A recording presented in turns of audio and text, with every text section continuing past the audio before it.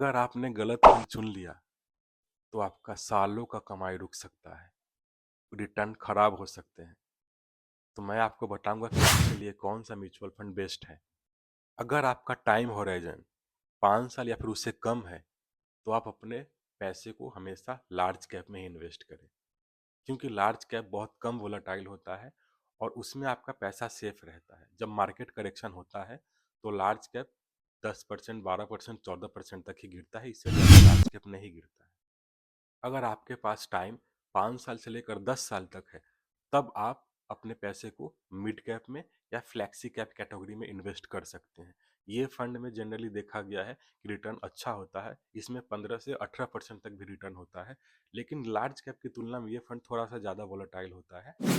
इसमें जब करेक्शन होती है, जब मार्केट गिरता है, तो ये फंड 18 से 20% तक भी नीचे गिरते हैं।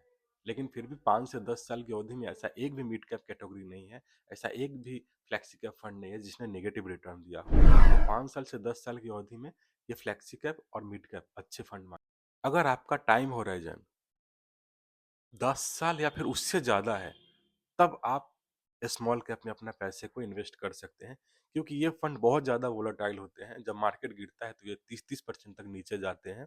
इसके लिए इसमें आपको लॉन्ग टर्म में ही इन्वेस्टमेंट करना है, शॉर्ट टर्म के लिए कभी स्मॉल कैप फंड में पैसे नहीं डालने हैं। हाँ, एक चीज़ है, अगर आप अपना 100 रुपया डालते हैं और इसे 80 देख सकते हैं, तो डेफिनेटली आप इसमें जाइए, क्योंकि इसमें ग्रोथ पोटेंशियल सबसे ज़्यादा होता है और उतना ही ज़्यादा ये वोलेटाइल होता है। तो अगर आपके पास में 10 साल उससे ज़्यादा की अवधि है, तब आप डेफिनेटली अपने पैसे को स्मॉल कैप में इन्वेस्ट कर सकते हैं और 10 साल 15 साल में ये फंड अच्छा खासा रिटर्न बना के आपको देगा।